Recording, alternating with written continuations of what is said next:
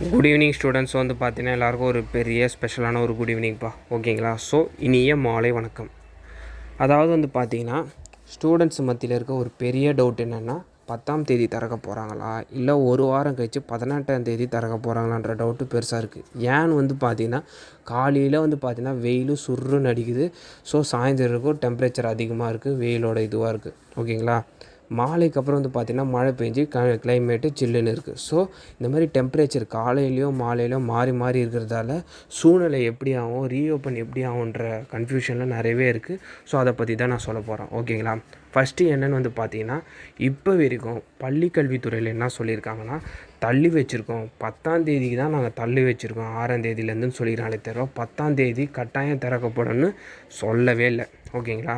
So அந்த அதிகாரப்பூர்வ அறிவிப்பு எப்போ வரும்னு வந்து பார்த்திங்கன்னா இன்னும் 1 or 2 டேஸில் வந்து பார்த்திங்கன்னா ஒரு ஃபைனல் மீட்டிங் நடத்த போகிறாங்கப்பா பள்ளிக்கல்வித்துறை சைடில்.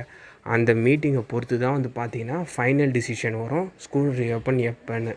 அது ஜூன் 10ஆம் தேதியோ இருக்கலாம், இல்லை ஒரு வாரம் கழித்து 18ஆம் தேதியோ இருக்கலாம். ஏன் வந்து பார்த்திங்கன்னா பல்வேறு தரத்தில் வந்து தரப்பட்ட கருத்து வந்து பார்த்திங்கன்னா வந்திருக்கு.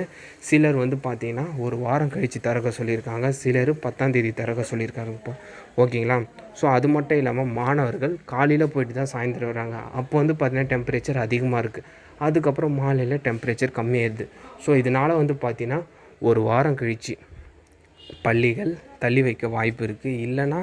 இல்லை டெம்பரேச்சர் கண்ட்ரோலில் இருக்குன்ற காரணத்தால் வந்து பார்த்திங்கன்னா ஒரு வாரத்துக்கு முன்னாடி, அதாவது ஜூன் 10 கூட பள்ளிகள் திறக்க வாய்ப்புகள் இருக்குது. ஸோ 2 தரப்பட்ட கருத்துக்களும் இருக்கிறதால நமக்கான அஃபிஷியல் அனௌன்ஸ்மெண்ட் வந்து பார்த்திங்கன்னா ஜூன் 8ஆம் தேதிக்குள்ளே வந்துடும். அதாவது நாளை இல்லை நாளை மறுநாளுக்குள்ளே உங்களுக்கான அஃபிஷியல் அனௌன்ஸ்மெண்ட் வந்துடும், ஸ்கூல் திறப்பு என்னைக்கின்றது.